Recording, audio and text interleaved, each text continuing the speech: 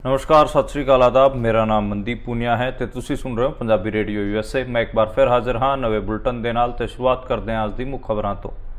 ਲੋਕ ਸਭਾ ਚੋਣਾਂ ਨੂੰ ਲੈ ਕੇ ਕਰਨਾਟਕਾ ਤੋਂ ਆਇਆ ਹੈਰਾਨੀਜਨਕ ਸਰਵੇ ਬਾਹਰ। ਉੱਥੇ ਕਾਂਗਰਸ 28 ਸੀਟਾਂ ਚੋਂ 17 ਸੀਟਾਂ ਜਿੱਤ ਸਕਦੀ ਹੈ। ਇਸ ਨੂੰ ਲੈ ਕੇ ਬੀਜੇਪੀ 'ਚ ਟੈਨਸ਼ਨ ਵੱਧ ਗਈ ਹੈ। ਅਮਿਤ ਸ਼ਾਹ ਨੇ ਬਿਆਨ ਦਿੰਦਿਆਂ ਕਿਹਾ ਹੈ ਕਿ ਉਹਨਾਂ ਦੀ ਪਾਰਟੀ ਸਾਲ 2014 ਦੇ ਮੁਕਾਬਲੇ ਉੱਤਰ ਪ੍ਰਦੇਸ਼ 'ਚ ਜ਼ਿਆਦਾ ਸੀਟਾਂ ਜਿੱਤੂਗੀ। ਦੱਸ ਦਈਏ ਕਿ ਉੱਤਰ ਪ੍ਰਦੇਸ਼ ਮੁਲਕ ਦਾ ਸਭ ਤੋਂ ਵੱਡਾ ਸੂਬਾ ਹੈਗਾ। ਉੱਥੇ 80 ਸੀਟਾਂ ਨੇ।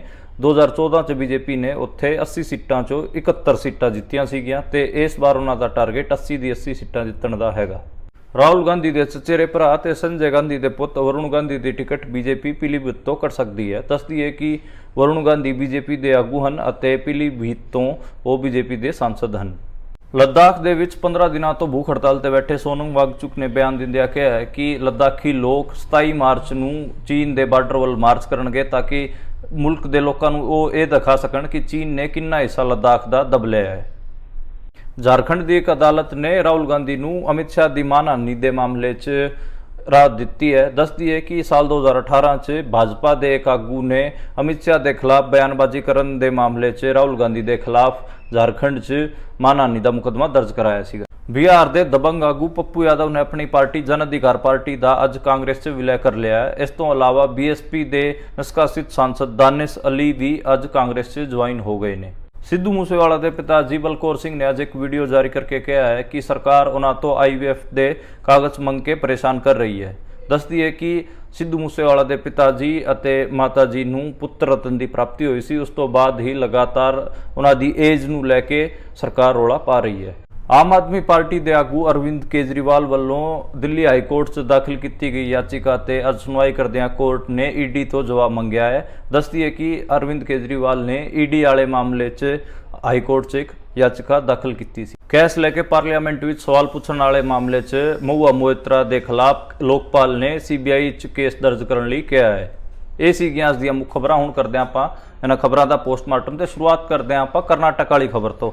ਕਰਨਾਟਕ 'ਚ ਇੱਕ ਸਰਵੇ ਬਾਹਰ ਆਇਆ ਹੈ। ਜਿਹੜੀ ਕੰਪਨੀ ਨੇ ਸਰਵੇ ਕੀਤਾ ਇਹਨੇ ਹੀ ਕਰਨਾਟਕ ਵਿਧਾਨ ਸਭਾ ਦਾ ਵੀ ਸਰਵੇ ਕੀਤਾ ਸੀਗਾ। ਪਿਛਲੇ ਸਾਲ ਕਰਨਾਟਕ ਵਿਧਾਨ ਸਭਾ ਦੇ ਚੋਣ ਹੋਏ ਸੀ ਜਿਹਦੇ 'ਚ ਆਪਾਂ ਨੂੰ ਪਤਾ ਹੈ ਕਿ ਉੱਥੇ ਕਾਂਗਰਸ ਦੀ ਸਰਕਾਰ ਬਣੀ ਸੀ ਤੇ ਇਸ ਸਰਵੇ 'ਚ ਵੀ ਕਿਤੇ ਨਾ ਕਿਤੇ ਲੋਕ ਸਭਾ ਦੀ 28 ਸੀਟਾਂ ਚੋਂ 17 ਸੀਟਾਂ ਕਾਂਗਰਸ ਨੂੰ ਜਿਤਾਈ ਦਿਖਾਈ ਜਾ ਰਹੀ ਹੈ। ਬਾਕੀ ਜਿਹੜਾ ਗੋਦੀ ਮੀਡੀਆ ਵਾਲੇ ਜਿੰਨੇ ਵੀ ਚੈਨਲ ਹੈਗੇ ਆ ਉਹ ਤਾਂ ਲਗਾਤਾਰ ਉੱਥੇ ਬੀਜੇਪੀ ਨੂੰ 28 ਸੀਟਾਂ ਤੋਂ 24 ਸੀਟਾਂ ਦੇ ਰਹੇ ਨੇ। ਕੱਲਾ ਇੱਕ ਇਹੋ ਜਿਹਾ ਸਰਵੇ ਹੈਗਾ ਜਿਹੜਾ ਕਿ 17 ਸੀਟਾਂ ਕਾਂਗਰਸ ਨੂੰ ਦੇ ਰਿਹਾ। ਇਸ ਤੋਂ ਬਾਅਦ ਬੀਜੇਪੀ ਦੀ ਟੈਨਸ਼ਨ ਉੱਥੇ ਵੱਧ ਗਈ ਹੈ। ਬੀਜੇਪੀ ਨੇ ਇੱਕ ਹੋਰ ਹਾਈ ਪਾਵਰ ਕਮੇਟੀ ਵੀ ਬਣਾਈ ਹੈ ਤੇ ਲਗਾਤਾਰ ਇਸ ਸਰਵੇ ਤੋਂ ਬਾਅਦ ਬੀਜੇਪੀ ਸਾਊਥ ਇੰਡੀਆ ਨੂੰ ਸੀਰੀਅਸ ਲੈਣ ਦੀ ਗੱਲ ਕਰ ਰਹੀ ਹੈ। ਇਸੇ ਕਿਸਮ ਦਾ ਸਰਵੇ ਪੱਛਮੀ ਬੰਗਾਲ 'ਚ ਵੀ ਆਇਆ ਸੀ। ਆਪਾਂ ਨੂੰ ਪਤਾ ਹੈ ਕਿ ਜਿੱਥੇ ਮਮਤਾ ਬੈਨਰਜੀ ਨੂੰ 20 ਤੋਂ ਜ਼ਿਆਦਾ ਸੀਟਾਂ ਦਿੱਤੀਆਂ ਗਈਆਂ ਸੀਗੀਆਂ। ਜਿਹੜੀ ਸਾਊਥ ਇੰਡੀਆ ਲਗਾਤਾਰ ਉਹ ਬੀਜੇਪੀ ਵਾਸਤੇ ਚੁਣੌਤੀ ਬਣੀ ਹੋਈ ਹੈ। ਹਾਲਾਂਕਿ ਜਿਹੜੇ ਗੋਦੀ ਮੀਡੀਆ ਵਾਲੇ ਚੈਨਲ ਉਹ ਤਾਂ ਲਗਾਤਾਰ ਸਾਊਥ 'ਚੋਂ ਜਿਹੜੇ ਬੀਜੇਪੀ ਉਹਨੂੰ ਗਰੋ ਕਰਦਾ ਦਿਖਾ ਰਹੇ ਨੇ। ਬੀਜੇਪੀ ਨੇ ਨਾਰਾ ਵੀ ਦਿੱਤਾ ਕਿ ਇਸ ਵਾਰ ਉਹ 543 ਸੀਟਾਂ 'ਚੋਂ 400 ਤੋਂ ਜ਼ਿਆਦਾ ਸੀਟਾਂ ਜਿੱਤਣਗੇ ਤੇ ਇਸ ਵਾਰ ਉਹਨਾਂ ਦਾ ਨਾਰਾ ਵੀ ਹੈ ਇਸ ਵਾਰ 400 ਪਾਰ। ਤਾਂ ਕਿਤੇ ਨਾ ਕਿਤੇ ਉਹ ਜਿਹੜਾ ਕਰਨਾਟਕ ਦਾ ਸਰਵੇ ਹੈ ਉਹ 400 ਪਾਰ ਵਾਲੇ ਨਾਰੇ ਨੂੰ ਪੰਚਰ ਕਰਦਾ, ਕਿਉਂਕਿ ਉੱਥੇ ਬੀਜੇਪੀ ਮੰਨ ਕੇ ਚੱਲ ਰਹੀ ਹੈ ਕਿ ਉਹਨਾਂ ਨੂੰ ਘੱਟੋ ਘੱਟ 20 ਸੀਟਾਂ ਮਿਲਣਗੀਆਂ। ਪਰ ਇਸ ਸਰਵੇ 'ਚ ਲੱਗ ਰਿਹਾ ਹੈ ਕਿ ਉਹਨਾਂ ਨੂੰ ਸਿਰਫ ਔਰ ਸਿਰਫ 11 ਸੀਟਾਂ ਤੇ ਹੀ ਸੰਤੋਸ਼ ਕਰਨਾ ਪਊਗਾ। ਹਾਲਾਂਕਿ ਆਪਾਂ ਨੂੰ ਪਤਾ ਹੈ ਕਿ ਉੱਥੇ ਬੀਜੇਪੀ ਕੋਲ ਹੁਣ 20 ਤੋਂ ਜ਼ਿਆਦਾ ਸੀਟਾਂ ਨੇ, ਪਰ ਜੇ ਉੱਥੇ ਉਹਨਾਂ ਦੀ 9 ਤੋਂ 10 ਸੀਟਾਂ ਘਟਣਗੀਆਂ ਫਿਰ ਉਹਨਾਂ ਨੂੰ ਖਾਸਾ ਡੈਂਟ ਕਰਨਾਟਕ 'ਚ ਪਊਗਾ।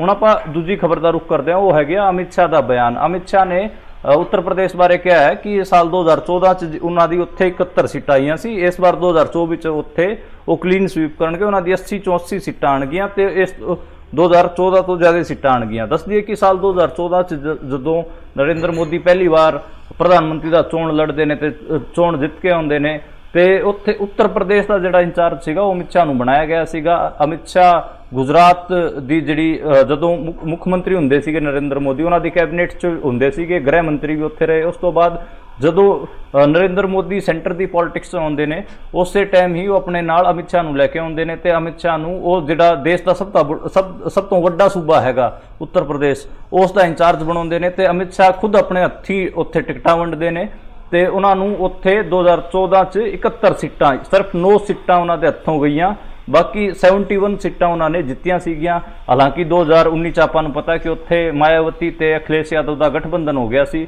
ਜਿਹਦੇ ਕਰਕੇ ਉਹਨਾਂ ਨੂੰ 10 ਸੀਟਾਂ ਘੱਟ ਮਿਲੀਆਂ ਸੀਗੀਆਂ ਤੇ ਜਿਹੜਾ 60 ਦਾ 62 ਦਾ ਨੰਬਰ ਸੀਗਾ ਉਹ ਰਹਿ ਗਿਆ ਸੀਗਾ। 71 ਸੀਟਾਂ ਤੋਂ 62 ਤੇ ਆ ਗਏ ਸੀਗੇ ਤੇ 9 ਸੀਟਾਂ ਦਾ ਘਾਟਾ ਉਹਨਾਂ ਨੂੰ ਪਿਆ ਸੀਗਾ ਜਿਹੜਾ ਲੋਕ ਸਭਾ ਦਾ ਚੋਣ ਸੀ 2019 ਵਾਲਾ। ਹੁਣ ਇਸ ਵਾਰ ਜਦੋਂ ਉਹਨਾਂ ਤੋਂ ਪੁੱਛਿਆ ਗਿਆ ਕਿ ਕਦੇ ਇਸ ਵਾਰ ਉਹਨਾਂ ਦੀ ਜਿਹੜੀ ਸੀਟਾਂ ਹੈਗੀਆਂ ਉਹ 50 ਤੋਂ ਥੱਲੇ ਨਾ ਆ ਜਾਣ, ਇਸ ਤੇ ਬੋਲਦੇ ਉਹਨਾਂ ਨੇ ਕਿਹਾ ਕਿ ਨਹੀਂ ਤੁਸੀਂ ਪੱਤਰਕਾਰ ਨੂੰ ਉਹਨਾਂ ਨੇ ਕਿਹਾ ਕਿ ਤੁਸੀਂ ਚਿੰਤਾ ਨਾ ਕਰੋ, ਅਸੀਂ ਇਸ ਵਾਰ 2014 ਤੋਂ ਵੀ ਜ਼ਿਆਦਾ ਸੀਟਾਂ ਜਿੱਤਾਂਗੇ ਤਾਂ ਕਲੀਨ ਸਵੀਪ ਕਰਾਂਗੇ। ਸਾਡਾ ਜਿਹੜਾ ਮੁੱਦਾ ਹੈਗਾ ਯੂਨੀਫਾਰਮ ਸਿਵਲ ਕੋਡ ਵਾਲਾ, ਅਮਿਤ ਸ਼ਾਹ ਨੇ ਮਤਲਬ ਗੱਲਬਾਤ ਰੱਖਦਿਆਂ ਯੂਨੀਫਾਰਮ ਸਿਵਲ ਕੋਡ ਵਾਲਾ ਵੀ ਮੁੱਦਾ ਗਿਣਵਾਇਆ ਤੇ ਕਿਹਾ ਕਿ ਅਸੀਂ ਇੱਕ ਦੇਸ਼ ਇੱਕ ਕਾਨੂੰਨ ਦੇ ਤਹਿਤ ਪੂਰੇ ਮੁਲਕ 'ਚ ਇੱਕੋ ਜਿਹਾ ਕਾਨੂੰਨ ਲਾਗੂ ਕਰਾਂਗੇ। ਕਿਸੇ ਵੀ ਜਿਹੜੀ ਰਿਲੀਜੀਅਸ ਮਾਈਨੋਰਿਟੀ ਜਿਨ੍ਹਾਂ ਦੇ ਅੱਡ ਫੈਮਿਲੀ ਲਾ ਨੇ ਉਹ ਸਾਰੇ ਅਸੀਂ ਤੋੜ ਦਾਂਗੇ ਤੇ ਸਮਾਨ ਨਾਗਰਿਕਤਾ ਕਾਨੂੰਨ ਅਸੀਂ ਲਾਗੂ ਕਰਾਂਗੇ, ਚਾਹੇ ਕੋਈ ਵੀ ਧਰਮ ਹੋਵੇ। ਆਪਾਂ ਨੂੰ ਪਤਾ ਕਿ ਜਿਹੜਾ ਈਸਾਈ ਧਰਮ ਹੈਗਾ ਤੇ ਮੁਸਲਿਮ ਧਰਮ ਹੈਗਾ ਉਹਨਾਂ ਦੇ ਅਲੱਗ ਤੋਂ ਆਪਣੇ ਫੈਮਿਲੀ ਲੋਜ਼ ਨੇ, ਮੈਰਿਜ ਲੋ ਨੇ ਤੇ ਉਹਨਾਂ ਨੂੰ ਤੋੜਨ ਦੀ ਗੱਲ ਲਗਾਤਾਰ ਬੀਜੇਪੀ ਸਰਕਾਰ ਕਰਦੀ ਆਈ। ਉੱਤਰਾਖੰਡ 'ਚ ਬਿੱਲ ਵੀ ਲੈ ਕੇ ਆਈ ਸੀ, UCC ਦਾ ਜਿਹੜਾ ਪਾਸ ਹੋ ਗਿਆ ਸੀਗਾ। ਇਸੇ ਕਿਸਮ ਦਾ ਹੀ ਬਿੱਲ ਉਹ ਉੱਤਰ ਪ੍ਰਦੇਸ਼ 'ਚ ਵੀ ਲੈ ਕੇ ਆਣਗੇ ਤੇ ਪੂਰੇ ਮੁਲਕ 'ਚ ਵੀ ਉਹਨਾਂ ਦਾ ਇਹ ਏਜੰਡਾ ਹੈਗਾ UCC, ਜਿਹਦੇ ਬਾਰੇ ਅਮਿਤ ਸ਼ਾਹ ਖੁੱਲ੍ਹ ਕੇ ਗੱਲ ਕਰਦੇ ਨੇ। ਆਪਾਂ ਨੂੰ ਪਤਾ ਕਿ ਜਦੋਂ ਉਹ ਦੂਜੀ ਵਾਰ ਜਿੱਤ ਕੇ ਆਏ ਉਹਨਾਂ ਨੇ 370 ਤੋੜੀ ਸੀ ਤੇ ਕਸ਼ਮੀਰ ਨੂੰ ਕਿਤੇ ਨਾ ਕਿਤੇ ਉਹਨਾਂ ਨੂੰ ਕਸ਼ਮੀਰ ਦੇ 3 ਟੋਟੇ ਉਹਨਾਂ ਨੇ ਕਰਤੇ ਸੀਗੇ ਤੇ ਉਹਨੂੰ ਰਾਜ ਦਾ ਦਰਜਾ ਹਟਾ ਕੇ, ਸੂਬੇ ਦਾ ਦਰਜਾ ਹਟਾ ਕੇ ਉਹਨੂੰ ਕੇਂਦਰ ਸ਼ਾਸਿਤ ਪ੍ਰਦੇਸ਼ ਬਣਾਤਾ ਸੀਗਾ। ਤੇ ਇਸੇ ਕਿਸਮ ਨਾਲ ਉਹਨਾਂ ਦਾ ਇੱਕ ਏਜੰਡਾ UCC ਵੀ ਰਿਹਾ। ਹਾਲਾਂਕਿ ਉਹਨਾਂ ਨੇ ਰਾਮ ਮੰਦਿਰ ਵੀ ਬਣਾ ਲਿਆ, ਇੱਕ ਇਕੱਲਾ ਹੀ ਮੁੱਦਾ ਜਿਹੜਾ ਰਹਿ ਗਿਆ ਉਹਨਾਂ ਦਾ ਉਹ UCC ਵਾਲਾ ਰਹਿ ਗਿਆ।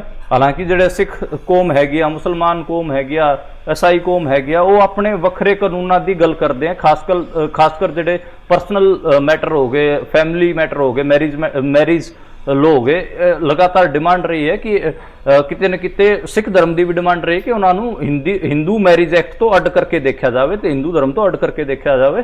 ਪਰ ਅਮਿਤ ਸ਼ਾਹ ਹੋਣਾ ਦਾ ਇਹ ਸ਼ੁਰੂਆਤ ਤੋਂ ਹੀ ਏਜੰਡਾ ਰਿਹਾ ਕਿ ਉਹ UCC ਯਾਨੀ ਕਿ ਯੂਨੀਫਾਰਮ ਸਿਵਲ ਕੋਡ ਸਾਰੇ ਨਾਗਰਿਕਾਂ ਨੂੰ ਇੱਕੋ ਅੱਖ ਨਾਲ ਦੇਖਣ ਦਾ ਉਹਨਾਂ ਦਾ ਰਿਹਾ ਹੈ। ਇਹ ਇੱਕ ਅੱਖ ਨਾਲ ਦੇਖਣ ਵਾਲਾ ਸਮਾਨਤਾ ਵਾਲਾ ਮਾਮਲਾ ਨਹੀਂ ਹੈ, ਇਹਦੇ 'ਚ ਦਿੱਕਤ ਹੈ। ਦਿੱਕਤ ਕੀ ਹੈ ਕਿ ਜਿਹੜੀ ਮਾਈਨੋਰਿਟੀ ਕਮਿਊਨਿਟੀਜ਼ ਹੈਗੀਆਂ ਉਹਨਾਂ ਦੇ ਅੱਡ ਟ੍ਰੈਡੀਸ਼ਨ ਹੈਗਾ ਤੇ ਜਿਹੜਾ ਸਮਾਨਤਾ ਦੀ ਗੱਲ ਕਰ ਰਹੇ ਨੇ ਇਹ ਬੇਸਿਕਲੀ ਮੈਜੋਰਿਟੀ ਯਾਨੀ ਕਿ ਜਿਹੜਾ ਇੱਕ ਵੱਡਾ ਹਿੱਸਾ ਹੈਗਾ ਕਮਿਊਨਿਟੀ ਦਾ, ਜਿਸ ਸਮਾਜ ਦਾ ਸਭ ਤੋਂ ਵੱਡਾ ਹਿੱਸਾ ਇੰਡੀਆ 'ਚ ਰਹਿ ਰਿਹਾ, ਉਹਨਾਂ ਦੇ ਟ੍ਰੈਡੀਸ਼ਨ ਨੂੰ ਹੀ, ਉਹਨਾਂ ਦੇ ਕਲਚਰ ਨੂੰ ਹੀ ਇਹ ਕਹਿ ਰਹੇ ਨੇ ਕਿ ਇਹ ਇਕੁਐਲਿਟੀ ਹੈ। ਜੇ ਇਹ ਜਾਂ ਤੁਸੀਂ ਮੰਨੋਗੇ ਤਾਂ ਹੀ ਤੁਹਾਨੂੰ ਇਕੁਐਲਿਟੀ ਜਾਂ ਫਿਰ ਇਕੁਅਲ ਟ੍ਰੀਟਮੈਂਟ ਦਿੱਤੀ ਜਾਊਗੀ। ਤੇ ਇਸ ਕਿਸਮ ਨਾਲ ਜਿਹੜੇ ਹੋਰ ਮਾਈਨੋਰਿਟੀਜ਼ ਹੈਗੇ ਉਹਨਾਂ ਨੂੰ ਤੁਸੀਂ ਸੈਕਿੰਡ ਗ੍ਰੇਡ ਸਿਟੀਜ਼ਨ ਬਣਾਉਣ ਦੀ ਕੋਸ਼ਿਸ਼ ਕਰ ਰਹੇ ਹੋ ਤੇ ਉਹਨਾਂ ਦੇ ਜਿਹੜੇ ਕਲਚਰ ਹੋ ਗਿਆ, ਟ੍ਰੈਡੀਸ਼ਨ ਹੋ ਗਏ, ਮੈਰਿਜ ਵਾਲੇ ਜਾਂ ਪਰਸਨਲ ਮੈਟਰ ਵਾਲੇ, ਉਹ ਸਾਰੇ ਤੁਸੀਂ ਕਿਤੇ ਨਾ ਕਿਤੇ ਯੂਨੀਫਾਰਮ ਸਿਵਲ ਕੋਡ ਰਾਹੀਂ ਤੁਸੀਂ ਉਹਨਾਂ ਨੂੰ ਇੱਕ ਹਿਸਾਬ ਨਾਲ ਉਹਨਾਂ ਨਾਲ ਤੁਸੀਂ ਵਧੀਕੀ ਕਰਨਾ, ਉਹਨਾਂ ਨਾਲ ਧੱਕਾ ਕਰਨਾ ਚਾਹੁੰਦੇ ਹੋ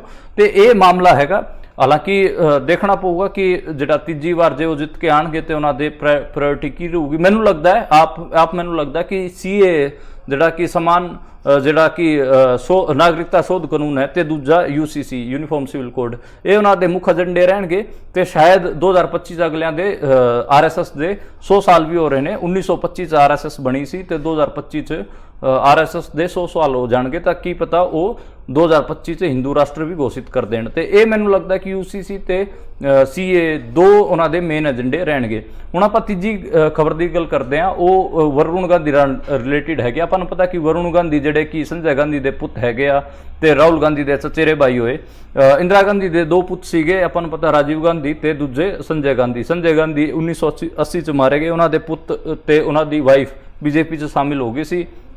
ਮੇਨਕਾ ਗਾਂਧੀ ਉਹਨਾਂ ਦੀ ਵਾਈਫ ਦਾ ਨਾਂ ਹੈ ਤੇ ਪੁੱਤ ਦਾ ਨਾਂ ਹੈਗਾ ਵਰੁਣ ਗਾਂਧੀ। ਤੇ ਵਰੁਣ ਗਾਂਧੀ ਉੱਤਰ ਪ੍ਰਦੇਸ਼ ਦੀ ਪੀਲੀਭੀਤ ਤੋਂ सांसद चुन के आते हैं। अपन पता कि पीलीभीत च अपने जड़े सरदार हो गए तो दूजे जाट हो गए किसान वो खासे ने, उत्थे गैलेंट्री अवार्ड की जमीन मिलिया हुई ने तो तराई वाली बेल्ट हैगी सारी, उत्थे बहुत सारे पंजाबी ते हरियाणवी लोग उत्थे जाके वसे हुए हैं। तो उत्थों 2019 वरुण गांधी चुन के आए थे सांसद, 2014 च भी उत्थों सांसद दा चोण जिते थे तो हुण 2024 च भी वो टिकट मंग रहे हैं, पर बीजेपी किते न किते उन्हां दा टिकट कट्टण नूं फिरदी है। उसदा रीजन एक है कि वरुण गांधी ने किसान अंदोलन ਦੌਰਾਨ ਕਿਸਾਨਾਂ ਦੇ ਹੱਕ 'ਚ ਟਵੀਟ ਕੀਤੇ ਸੀਗੇ ਤੇ ਕਿਸਾਨਾਂ ਦੇ ਹੱਕ 'ਚ ਬੋਲੇ ਵੀ ਸੀ। ਉਹਨਾਂ ਨੇ ਲਗਾਤਾਰ ਆਰਟੀਕਲ ਵੀ ਲਿਖੇ ਸੀਗੇ ਕਿਸਾਨਾਂ ਦੇ ਹੱਕ 'ਚ, ਇਸ ਕਰਕੇ ਕਿਤੇ ਨਾ ਕਿਤੇ ਉਹਨਾਂ ਦੀ ਟਿਕਟ ਕੱਟੀ ਜਾ ਸਕਦੀ ਹੈ। ਤੇ ਦੂਜੀ ओर ਚਰਚਾ ਇਹ ਚੱਲ ਰਹੀ ਹੈ ਕਿ ਕਿਤੇ ਨਾ ਕਿਤੇ ਅਖਿਲੇਸ਼ ਯਾਦਵ ਇਹਨੂੰ ਇੱਕ ਵਧੀਆ ਮੌਕਾ ਮੰਨਣਗੇ ਕਿ ਜੇ ਬੀਜੇਪੀ ਉਹਨਾਂ ਦੀ ਟਿਕਟ ਕੱਟਦੀ ਹੈ ਤਾਂ ਅਖਿਲੇਸ਼ ਯਾਦਵ ਉੱਥੋਂ ਸਮਾਜਵਾਦੀ ਪਾਰਟੀ ਦਾ ਉਹਨਾਂ ਨੂੰ ਕੈਂਡੀਡੇਟ ਬਣਾ ਸਕਦੇ ਨੇ। ਹਾਲਾਂਕਿ ਵਰੁਣ ਗਾਂਧੀ ਨੇ ਵਿਚਾਲੇ ਟਰਾਈ ਕੀਤੀ ਸੀਗੀ ਕਿ ਉਹ ਕਾਂਗਰਸ 'ਚ ਵਾਪਸ ਆ ਜਾਣ, ਉਹਨਾਂ ਨੇ ਕੋਸ਼ਿਸ਼ ਕੀਤੀ ਸੀ ਰਾਹੁਲ ਗਾਂਧੀ ਨੂੰ ਮਿਲਣ ਵਾਸਤੇ, ਪਰ ਉਹ ਗੱਲ ਨਹੀਂ ਬਣ ਸਕੀ। ਹਾਲਾਂਕਿ ਜਿਹੜਾ ਵਰੁਣ ਗਾਂਧੀ ਨੇ ਤਾਂ ਆਪਣੇ ਵੱਲੋਂ ਬਿਆਨ ਵੀ ਦਿੱਤੇ ਸੀਗੇ ਕਿ ਸਾਡੇ 'ਚ ਕੋਈ ਫਾਸਲਾ ਨਹੀਂ, ਪਰ ਰਾਹੁਲ ਗਾਂਧੀ ਹੋ ਰਹੀ ਉਹਨਾਂ ਤੋਂ ਇੱਕ ਡਿਸਟੈਂਸ ਮੇਨਟੇਨ ਕਰਦੇ ਨੇ, ਵਰੁਣ ਗਾਂਧੀ ਤੋਂ ਵੀ, ਮੇਨਕਾ ਗਾਂਧੀ ਤੋਂ ਵੀ। ਤੇ ਕੋਈ ਵੀ ਜਿਹੜਾ ਉਹ ਇੱਕ ਹਿਸਾਬ ਨਾਲ ਕਾਂਗਰਸ 'ਚ ਆਉਣ ਦਾ ਉਹਨਾਂ ਦਾ ਜਿਹੜਾ ਏਜੰਡਾ ਹੁੰਦਾ ਉਹਨੂੰ ਉਹ ਸਿਰੇ ਨਹੀਂ ਛੱਡਣ ਦਿੰਦੇ ਜਿਹੜਾ ਰਾਹੁਲ ਗਾਂਧੀ ਹੈਗੇ ਆ। ਇਸ ਕਰਕੇ ਅਖਿਲੇਸ਼ ਯਾਦਵ ਇਹਨੂੰ ਗੋਲਡਨ ਅਪੋਰਚੁਨਿਟੀ ਮੰਨ ਰਹੇ ਨੇ ਤੇ ਜੇ ਉੱਥੋਂ ਬੀਜੇਪੀ ਟਿਕਟ ਕੱਢਦੀ ਹੈ ਵਰੁਣ ਗਾਂਧੀ ਦਾ ਤਾਂ ਫਿਰ ਅਖਿਲੇਸ਼ ਯਾਦਵ ਉੱਥੋਂ ਵਰੁਣ ਗਾਂਧੀ ਨੂੰ ਚੋਣ ਲੜਾਉਣਗੇ। ਪੀਲੀਭੀਤ ਦੀ ਜਿਹੜੀ ਸਮਾਜਵਾਦੀ ਪਾਰਟੀ ਦੀ ਜਿਹੜੀ ਵਰਕਰਸ ਦੀ ਟੀਮ ਹੈਗੀ ਆ ਉਹ ਮਿਲੀ ਵੀ ਹੈ ਅਖਿਲੇਸ਼ ਯਾਦਵ ਨੂੰ ਤੇ ਅਖਿਲੇਸ਼ ਯਾਦਵ ਨੇ ਪੁੱਛਿਆ ਵੀ ਹੈ ਕਿ ਅਸੀਂ ਜੇ ਵਰੁਣ ਗਾਂਧੀ ਨੂੰ ਟਿਕਟ ਦੇ ਦਈਏ ਤਾਂ ਤੁਹਾਨੂੰ ਕੋਈ ਆਪੱਤੀ ਤਾਂ ਨਹੀਂ। ਤਾਂ ਫਿਰ ਪੀਲੀਭੀਤ ਦੀ ਜਿਹੜੀ ਸਮਾਜਵਾਦੀ ਪਾਰਟੀ ਦੀ ਵਰਕਰਾਂ ਦੀ ਟੀਮ ਹੈਗੀ ਉਹਨਾਂ ਨੇ ਗ੍ਰੀਨ ਫਲੈਗ ਵੀ ਦਿੱਤਾ, ਹਰੀ ਝੰਡੀ ਦਿੱਤੀ ਹੈ ਕਿ ਤੁਸੀਂ ਜੇ ਬੀਜੇਪੀ ਨਹੀਂ ਦਿੰਦੀ ਵਰੁਣ ਗਾਂਧੀ ਨੂੰ ਟਿਕਟ ਤਾਂ ਤੁਸੀਂ ਆਪਣੀ ਪਾਰਟੀ ਤੋਂ ਉਹਨਾਂ ਨੂੰ ਟਿਕਟ ਦੇ ਸਕਦੇ ਹੋ।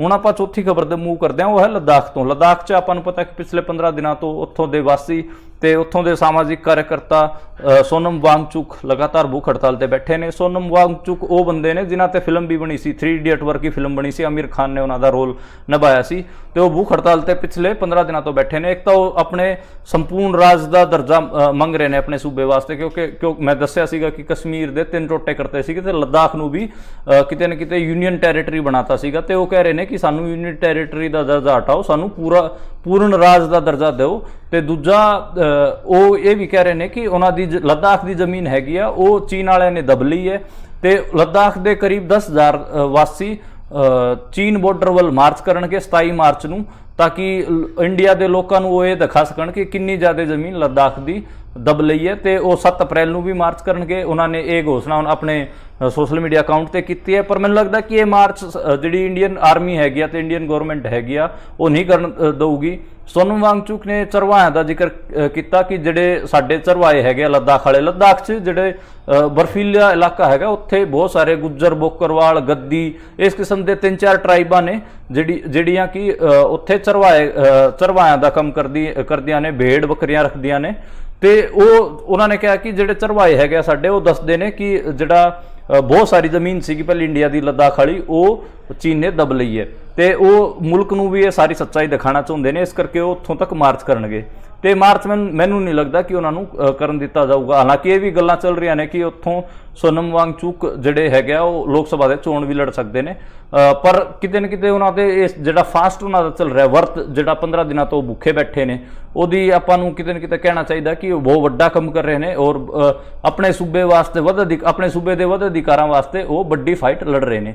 ਹੁਣ ਆਪਾਂ ਜਿਹੜੀ ਅਗਲੀ ਖਬਰ ਹੈਗੀ ਉਹ ਝਾਰਖੰਡ ਤੋਂ ਆਈ ਹੈ। ਆਪਾਂ ਨੂੰ ਪਤਾ ਕਿ ਰਾਹੁਲ ਗਾਂਧੀ ਤੇ 2018 'ਚ ਇੱਕ ਮਾਮਲਾ ਦਰਜ ਹੋਇਆ ਸੀਗਾ, ਅਮਿਤ ਸ਼ਾਹ ਤੇ ਉਹਨਾਂ ਨੇ ਟਿੱਪਣੀ ਕੀਤੀ ਸੀ ਤੇ ਝਾਰਖੰਡ ਦੇ ਇੱਕ ਭਾਜਪਾ ਆਗੂ ਨੇ ਉੱਥੇ ਇੱਕ ਮਾਮਲਾ ਦਰਜ ਕਰਾਤਾ ਸੀਗਾ ਮਾਨਹਾਨੀ ਦਾ, ਜਿਸ 'ਚ ਅੱਜ ਝਾਰਖੰਡ ਕੋਰਟ ਨੇ ਕਿਹਾ ਹੈ ਕਿ ਬਈ ਰਾਹੁਲ ਗਾਂਧੀ ਦੇ ਅਪੀਅਰ ਹੋਣ ਦੀ ਜ਼ਰੂਰਤ ਨਹੀਂ ਹੈ, ਲੋੜ ਨਹੀਂ ਹੈ ਤੇ ਅੱਗੇ ਅਸੀਂ ਦੇਖ ਲਾਂਗੇ, ਬਾਕੀ ਜਿਵੇਂ ਵੀ ਹੋਊਗਾ। ਅਪ੍ਰੈਲ 'ਚ ਇੱਕ ਦੂਜੀ ਤਾਰੀਖ ਆਣੀ ਹੈ ਤੇ ਉਸ ਤੋਂ ਬਾਅਦ ਕਿਤੇ ਨਾ ਕਿਤੇ ਇਹਨੂੰ ਰਾਹਤ ਵੀ ਮੰਨੀ ਹੈ, ਕਿਉਂਕਿ ਮੋਦੀ ਤੇ ਕਮੈਂਟ ਕੀਤਾ ਸੀਗਾ ਉਦੋਂ 2 ਸਾਲ ਦੀ ਸਜ਼ਾ ਉਹਨਾਂ ਨੂੰ ਸੁਣਾਤੀ ਗਈ ਸੀ, ਉਹਨਾਂ ਦੀ ਸੰਸਦੀ ਨੂੰ ਸਸਪੈਂਡ ਕਰ ਦਿੱਤਾ ਗਿਆ ਸੀਗਾ, ਉਹਨਾਂ ਤੋਂ ਸਰਕਾਰੀ ਘਰ ਖੋਲਿਆ ਗਿਆ ਸੀਗਾ ਤੇ ਹੁਣ ਕਿਤੇ ਨਾ ਕਿਤੇ ਇਸ ਮਾਮਲੇ 'ਚ ਉਹਨਾਂ ਨੂੰ ਰਾਹਤ ਮਿਲੀ ਹੈ। ਤਾਂ ਇਹ ਮੰਨਿਆ ਜਾ ਰਿਹਾ ਕਿ ਘੱਟੋ ਘੱਟ ਜਿਹੜੇ ਲੋਕ ਸਭਾ ਦੇ ਚੋਣ ਹੈਗੇ ਉਹ ਫ੍ਰੀ ਮਾਈਂਡ ਹੋ ਕੇ ਲੜ ਸਕਦੇ ਨੇ।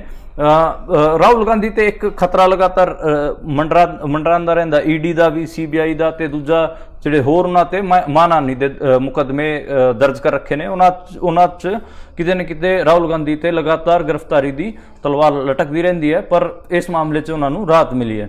ਜਿਹੜੀ ਇੱਕ ਖਬਰ ਹੈਗੀ ਆ ਨਾਲ ਵਾਲੇ ਸੂਬੇ ਤੋਂ, ਬਿਹਾਰ 'ਚ ਆਪਾਂ ਨੂੰ ਪਤਾ ਕਿ ਪੱਪੂ ਯਾਦਵ ਵੱਡਾ ਨਾਂ ਹੈਗਾ। ਪੱਪੂ ਯਾਦਵ ਨੇ ਅੱਜ ਆਪਣੀ ਜਿਹੜੀ ਪਾਰਟੀ ਹੈਗੀ ਆ ਜਨ ਅਧਿਕਾਰ ਪਾਰਟੀ, ਉਹਦਾ ਵਿਲੈ ਕਾਂਗਰਸ 'ਚ ਕਰ ਲਿਆ ਉਹਨਾਂ ਨੇ, ਆਪਣੀ ਮਰਜ ਕਰ ਲਈ ਹੈ ਪਾਰਟੀ ਉਹਨਾਂ ਦੀ। ਹਾਲਾਂਕਿ ਉਹਨਾਂ ਦੀ ਜਿਹੜੀ ਵਾਈਫ ਹੈਗੀ ਆ ਰਣਜੀਤਾ ਰੰਜਨ, ਉਹ ਪਹਿਲਾਂ ਹੀ ਕਾਂਗਰਸ 'ਚ ਹੈਗੇ ਆ ਤੇ ਉਹ ਰਾਜ ਸਭਾ ਮੈਂਬਰ ਵੀ ਹੈਗੇ ਆ ਕਾਂਗਰਸ ਤੋਂ, ਤੇ ਅੱਜ ਉਹਨਾਂ ਨੇ ਖੁਦ ਆਪਣੀ ਪਾਰਟੀ ਨੂੰ ਵੀ ਮਰਜ ਕਰ ਲਿਆ ਕਾਂਗਰਸ 'ਚ। ਜਦੋਂ ਪੱਤਰਕਾਰਾਂ ਨੇ ਉਹਨਾਂ ਤੋਂ ਪੁੱਛਿਆ ਕਿ ਉਹ ਕਿਉਂ ਇਹ ਪਾਰਟੀ ਨੂੰ ਮਰਜ ਕਰ ਰਹੇ ਨੇ, ਤੇ ਉਹਨਾਂ ਨੇ ਕਿਹਾ ਕਿ ਰਾਹੁਲ ਗਾਂਧੀ ਜਿਹੜਾ ਲਗਾਤਾਰ OBC ਦੇ ਅਧਿਕਾਰਾਂ ਵਾਸਤੇ ਬੋਲ ਰਹੇ ਨੇ, ਉਹ ਉਹਨਾਂ ਨੂੰ ਪਸੰਦ ਆ ਰਿਹਾ, ਤੇ OBC ਅਧਿਕਾਰਾਂ ਦੀ ਲੜਾਈ 'ਚ ਰਾਹੁਲ ਗਾਂਧੀ ਦਾ ਸਾਥ ਦੇਣ ਵਾਸਤੇ ਉਹਨਾਂ ਨੇ ਇਹ ਆਪਣੀ ਪਾਰਟੀ ਵਿਲੈ ਕੀਤੀ ਹੈ।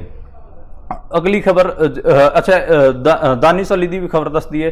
ਆਪਾਂ ਨੂੰ ਪਤਾ ਹੈ ਕਿ ਪਿਛਲੇ ਸਾਲ ਇੱਕ ਵੱਡਾ ਕੇਸ ਹੋਇਆ ਸੀ ਜਿਹਦੇ 'ਚ ਬੀਜੇਪੀ ਦੇ ਜਿਹੜੇ ਸਾਂਸਦ ਸੀਗੇ ਰਮੇਸ਼ ਬਿਧੂੜੀ, ਉਹਨਾਂ ਨੇ ਇੱਕ ਮੁਸਲਿਮ MP ਨੂੰ, ਮੁਸਲਿਮ ਸਾਂਸਦ ਨੂੰ ਕਿਹਾ ਸੀਗਾ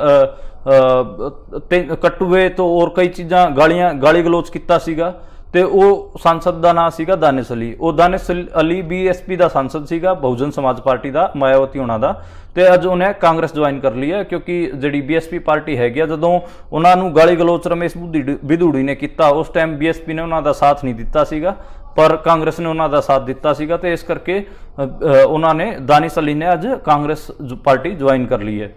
ਤੇ ਇੱਕ ਖਬਰ ਪੰਜਾਬ ਤੋਂ ਹੈਗੀ ਆ। ਹਾਲਾਂਕਿ ਪੰਜਾਬ ਚੋਂ ਸਾਡੇ ਜਿਹੜੇ ਸੀਨੀਅਰ ਜਰਨਲਿਸਟ ਹੈਗੇ ਉਹਨਾਂ ਨੇ ਇਸ ਖਬਰ ਤੇ ਉਹ ਪਾ ਦਿੱਤਾ, ਚਾਨਣਾ ਪਾ ਦਿੱਤਾ ਹੋਊਗਾ, ਪਰ ਮੈਂ ਫਿਰ ਵੀ ਦੱਸ ਦਿੰਨਾ। ਸਿੱਧੂ ਮੂਸੇਵਾਲਾ ਦੇ ਪਿਤਾ ਨੇ ਅੱਜ ਇੱਕ ਵੀਡੀਓ ਜਾਰੀ ਕਰਦਿਆਂ ਕਿਹਾ ਕਿ ਜਿਹੜੇ ਸਰਕਾਰ ਹੈਗੀ ਆ ਉਹਨਾਂ ਤੋਂ IVF ਦੇ ਕਾਗਜ਼ਾਤ ਮੰਗ ਰਹੀ ਹੈ ਤੇ ਉਹਨਾਂ ਨੂੰ ਤੰਗ ਕਰ ਰਹੀ ਹੈ। ਮੈਨੂੰ ਲੱਗਦਾ ਕਿ ਇੱਦਾਂ ਸਰਕਾਰ ਨੂੰ ਨਹੀਂ ਕਰਨਾ ਚਾਹੀਦਾ। ਸਰਕਾਰ ਜਿਹੜਾ ਹੈਗੀ ਆ ਇੱਕ ਕਾਨੂੰਨ ਦਾ ਹਵਾਲਾ ਦੇ ਰਹੀ ਜਿਹਦੇ 'ਚ 21 ਸਾਲ ਤੋਂ ਲੈ ਕੇ 50 ਸਾਲ ਤੱਕ ਦੇ ਬੰਦੇ IVF ਕਰਾ ਸਕਦੇ ਨੇ, ਪਰ ਮੈਨੂੰ ਲੱਗਦਾ ਕਿ ਸਪੈਸ਼ਲ ਕੇਸ ਵੀ ਹੁੰਦੇ ਨੇ, ਜਿਵੇਂ ਇਹ ਕੇਸ ਹੈਗਾ ਸਿੱਧੂ ਮੂਸੇਵਾਲਾ ਦੇ ਮਾਤਾ ਪਿਤਾ ਦਾ। ਮੈਂ ਖੁਦ ਇੱਕ ਇਹੋ ਜਿਹਾ ਐਗਜ਼ਾਮਪਲ ਹਾਂ। ਹਾਲਾਂਕਿ ਨੈਚੁਰਲ ਬਰਥ ਸੀਗਾ ਮੇਰੇ ਫਾਦਰ ਮਦਰ, ਉਸ ਜਦੋਂ ਮੇਰਾ ਬਰਥ ਹੋਇਆ ਮੇਰੇ ਫਾਦਰ ਮਦਰ ਦੀ ਏਜ ਬਹੁਤ ਜ਼ਿਆਦਾ ਹੋ ਚੁੱਕੀ ਸੀਗੀ, ਤੇ 50 ਸਾਲ ਮੇਰੇ ਮਾਤਾ ਦੀ ਏਜ ਸੀਗੀ ਜਦੋਂ ਮੈਂ ਪੈਦਾ ਹੋਇਆ, ਤੇ 52-53 ਸਾਲ ਏਜ ਮੇਰੇ ਫਾਦਰ ਸਾਹਿਬ ਦੀ ਸੀਗੀ। ਤੇ ਇੱਦਾਂ ਦੇ ਕੇਸ ਹੁੰਦੇ ਨੇ। ਮੈਨੂੰ ਮਤਲਬ ਬੁਢਾਪੇ ਦੀ ਔਲਾਦ ਵੀ ਪਿੰਡ 'ਚ ਕਿਹਾ ਜਾਂਦਾ ਹੈ ਕਿ ਮੈਂ ਸਭ ਤੋਂ ਆਖਰ 'ਚ ਜੰਮਿਆ ਸੀਗਾ, ਤੇ ਇਸ ਕਿਸਮ ਦੇ ਕੇਸ ਹੋ ਹੀ ਸਕਦੇ ਨੇ। ਤੇ ਮੈਨੂੰ ਲੱਗਦਾ ਕਿ ਸਿੱਧੂ ਮੂਸੇਵਾਲਾ ਦੇ ਕੇਸ 'ਚ ਵੀ ਸਰਕਾਰ ਨੂੰ ਇਹ ਸਮਝਣਾ ਚਾਹੀਦਾ ਕਿ ਇਹ ਸਪੈਸ਼ਲ ਕੇਸ ਹੈ, ਤੇ ਸਿੱਧੂ ਮੂਸੇਵਾਲਾ ਦੁਬਾਰਾ ਸਿੱਧੂ ਮੂਸੇਵਾਲਾ ਨੇ ਜਨਮ ਲਿਆ ਤੇ ਉਹਨੂੰ ਕੰਟਰੋਵਰਸੀ ਬਣਾਉਣ ਦੀ ਕੋਸ਼ਿਸ਼ ਸਰਕਾਰ ਨਾ ਕਰੇ।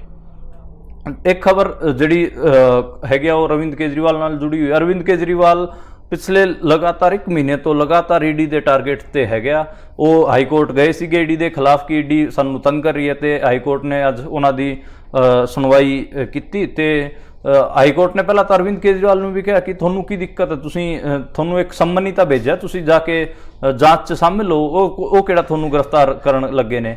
ਤੇ ਅਰਵਿੰਦ ਕੇਜਰੀਵਾਲ ਨੇ ਕਿਹਾ ਕਿ ਜੀ ਡਰ ਤਾਂ ਇਸੇ ਚੀਜ਼ ਦਾ ਹੈ ਕਿ ਉਹ ਮੈਨੂੰ ਗ੍ਰਿਫਤਾਰ ਕਰ ਲੈਣਗੇ, ਮੈਨੂੰ ਤੁਸੀਂ ਇਹ ਮੈਨੂੰ ਗ੍ਰਿਫਤਾਰ ਨਾ ਕਰਨ ਇਸ ਚੀਜ਼ ਦੀ ਗਾਰੰਟੀ ਦੇ ਦਿਓ ਤੇ ਮੈਂ ਸ਼ਾਮਿਲ ਹੋ ਜਾਵਾਂਗਾ। ਉਸ ਤੋਂ ਬਾਅਦ ਫਿਰ ਹਾਈ ਕੋਰਟ ਹੈਗਾ ਉਹਨੇ ED ਤੋਂ ਜਵਾਬ ਮੰਗਿਆ ਤੇ ਕਿਹਾ ਕਿ ਤੁਸੀਂ 21 ਅਪ੍ਰੈਲ ਤੱਕ ਜਿਹੜਾ ਇਹ ਜਵਾਬ ਹੈਗਾ ਇਹ ਸਾਨੂੰ ਭੇਜੋ, ਲਿਖਤ ਜਵਾਬ ਭੇਜੋ ਕਿ ਤੁਸੀਂ ਕਿਉਂ ਇਸ ਅਰਵਿੰਦ ਕੇਜਰੀਵਾਲ ਨੂੰ ਬਾਰ-ਬਾਰ ਸੰਮਨ ਦੇ ਰਹੇ ਹੋ। ਤੇ ਅਰਵਿੰਦ ਕੇਜਰੀਵਾਲ ਨੂੰ ਵੀ ਕਿਹਾ ਕਿ ਤੁਸੀਂ ਮਾੜਾ ਮੋਟਾ ਕੋਆਪਰੇਟ ਕਰੋ।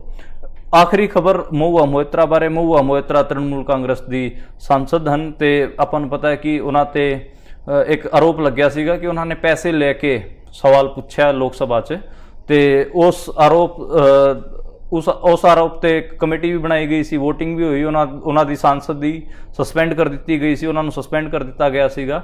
ਤੇ ਲੋਕਪਾਲ ਨੇ ਉਹਦੇ ਤੇ ਜਾਂਚ ਕੀਤੀ ਸੀ ਤੇ ਜਾਂਚ 'ਚ ਉਹਨਾਂ ਨੇ ਕਿਹਾ ਹੈ ਕਿ ਇਹਨਾਂ ਮਹੁਆ ਮੋਇਤਰਾ ਖਿਲਾਫ ਠੀਕ ਠਾਕ ਸਬੂਤ ਨੇ ਤੇ ਇਹਨਾਂ ਦਾ ਕੇਸ CBI 'ਚ ਰੈਫਰ ਕੀਤਾ ਜਾਵੇ ਤੇ CBI ਜਾਂਚ ਕਰੂਗੀ ਤੇ ਬਣਦੀ ਕਾਰਵਾਈ ਕਰੂਗੀ। TMC ਤ੍ਰਿਣਮੂਲ ਕਾਂਗਰਸ ਆਪਾਂ ਨੂੰ ਪਤਾ ਕਿ BJP ਦੀ ਸਭ ਤੋਂ ਵੱਡੀ ਦੁਸ਼ਮਣ, ਜੇ ਮੁਲਕ 'ਚ ਸਭ ਤੋਂ ਮੁਖਰ ਹੋ ਕੇ ਕੋਈ ਪਾਰਟੀ BJP ਦੇ ਟੱਕਰ ਲੈਂਦੀ ਹੈ ਉਹ ਹੈਗੇ ਤ੍ਰਿਣਮੂਲ ਕਾਂਗਰਸ, ਮਮਤਾ ਬੈਨਰਜੀ ਦੀ ਪਾਰਟੀ। ਤੇ ਮਹੁਆ ਮੋਇਤਰਾ ਵੀ ਲਗਾਤਾਰ ਬਹੁਤ ਵੱਧ ਚੜ ਕੇ ਆਪਣੇ ਪਾਰਲੀਮੈਂਟ 'ਚ ਸਪੀਚਾਂ 'ਚ ਦੇਖ ਲਓ, ਉਹ ਲਗਾਤਾਰ ਗੱਲ ਕਰਦੇ ਸੀਗੇ ਤੇ BJP ਤੇ ਖਾਸੇ ਅਟੈਕਿੰਗ ਸੀਗੇ। ਸਭ ਤੋਂ ਜੇ ਆਪਾਂ ਇਹ ਕਹੀਏ ਕਿ ਸਿਆਣੇ MPਆਂ 'ਚ ਉਹਨਾਂ ਦੀ ਗਿਣਤੀ ਹੁੰਦੀ ਸੀ, ਬਹੁਤ ਸਮਝਦਾਰ ਗੱਲ ਉਹ ਕਰਦੇ ਸੀਗੇ, ਪਰ ਉਹਨਾਂ ਤੇ BJP ਨੇ ਆਰੋਪ ਲਾ ਕੇ, BJP ਦੇ ਹੀ ਇੱਕ ਉੱਤਰਾਖੰਡ ਤੋਂ MP ਹੈਗੇ ਆ, ਉਹਨਾਂ ਨੇ ਉਹਨਾਂ ਤੇ ਆਰੋਪ ਲਾ ਕੇ ਤੇ ਕਾਰਵਾਈ ਕਰਵਾਈ ਸੀਗੀ। ਤੇ ਹੁਣ ਦੇਖਦੇ ਹਾਂ ਕਿ ਸੀਬੀਆਈ ਜਾਂਚ ਦੀ ਗੱਲ ਕੀਤੀ ਜਾ ਰਹੀ ਹੈ ਕਿ ਕੀ ਕਰਨਗੇ। ਮੈਨੂੰ ਲੱਗਦਾ ਹੈ ਕਿ ਜੇ ਤੀਜੀ ਵਾਰ ਬੀਜੇਪੀ ਜਿੱਤ ਕੇ ਆ ਗਈ ਤਾਂ ਉਹ ਮਹੁਆ ਮੋਇਤਰਾ ਨੂੰ ਜ਼ਰੂਰ ਜੇਲ੍ਹ ਭੇਜਣਗੇ। ਉਹਦਾ ਰੀਜ਼ਨ ਇਹ ਹੈ ਕਿ ਜਿਹੜਾ ਪਿਛਲੀ ਟਰਮ ਹੈਗਾ 2019 ਵਾਲੀ, 2019 ਤੋਂ ਲੈ ਕੇ 2024 ਤੱਕ ਲਗਾਤਾਰ 5 ਸਾਲ ਮਹੁਆ ਮੋਇਤਰਾ ਦੇ ਸਵਾਲਾਂ ਨੇ ਲਗਾਤਾਰ ਪ੍ਰਧਾਨ ਮੰਤਰੀ ਨਰਿੰਦਰ ਮੋਦੀ ਨੂੰ ਅਸਹਿਜ ਕੀਤਾ, ਉਹਨਾਂ ਨੂੰ ਪਰੇਸ਼ਾਨ ਕੀਤਾ। ਇਸ ਕਰਕੇ ਕਿਤੇ ਨਾ ਕਿਤੇ ਜਿਹੜੇ ਮਹੁਆ ਮੋਇਤਰਾ ਹੈਗੇ ਆ ਉਹ ਬੀਜੇਪੀ ਦੇ ਟਾਰਗੇਟ ਤੇ ਹੈਗੇ ਆ ਤੇ ਉਹਨਾਂ ਨੂੰ ਜੇ ਤੀਜੀ ਵਾਰ ਬੀਜੇਪੀ ਜਿੱਤ ਕੇ ਆਉਂਦੀ ਹੈ ਤੇ ਇਸ ਸੀਬੀਆਈ ਜਾਂਚ ਮੈਂ ਪਹਿਲਾਂ ਹੀ ਅਨਾਉਂਸ ਕਰ ਦੇਣਾ, ਇਸ ਸੀਬੀਆਈ ਜਾਂਚ 'ਚ ਕਿਤੇ ਨਾ ਕਿਤੇ ਮਹੁਆ ਮੋਇਤਰਾ ਨੂੰ ਦੋਸ਼ੀ ਵੀ ਠਹਿਰਾਇਆ ਜਾਊਗਾ। ਸੀਬੀਆਈ ਨੂੰ ਈਡੀ ਨੂੰ ਕਿਤੇ ਨਾ ਕਿਤੇ ਇੱਕ ਟੂਲ ਦੇ ਵਾਂਗ ਜਿਹੜੀ ਬੀਜੇਪੀ ਹੈ ਉਹ ਵਰਤ ਰਹੀ ਹੈ ਤੇ ਇਸੇ ਕਰਕੇ ਹੀ ਉਹਨਾਂ ਜਿਹੜੇ ਲੋਕਪਾਲ ਹੈਗੇ ਉਹਨੇ ਕਿਹਾ ਕਿ ਜਿਹੜਾ ਇਹ ਕੇਸ ਹੈ ਸੀਬੀਆਈ ਨੂੰ ਟ੍ਰਾਂਸਫਰ ਕੀਤਾ ਜਾਵੇ। ਇਹ ਸੀਗੀਆਂ ਅੱਜ ਦੀਆਂ ਮੁੱਖ ਖਬਰਾਂ। ਹੁਣ ਆਪਾਂ ਕੱਲ ਦੁਬਾਰੇ ਮਿਲਾਂਗੇ ਇਸੇ ਕਿਸਮ ਦੀ ਖਬਰਾਂ ਨਾਲ ਤੇ ਵਿਸ਼ਲੇਸ਼ਣ ਨਾਲ, ਨਵੀਂ ਖਬਰਾਂ ਨਾਲ, ਤੇ ਤੁਸੀਂ ਸੁਣਦੇ ਰਹੋ ਪੰਜਾਬੀ ਰੇਡੀਓ।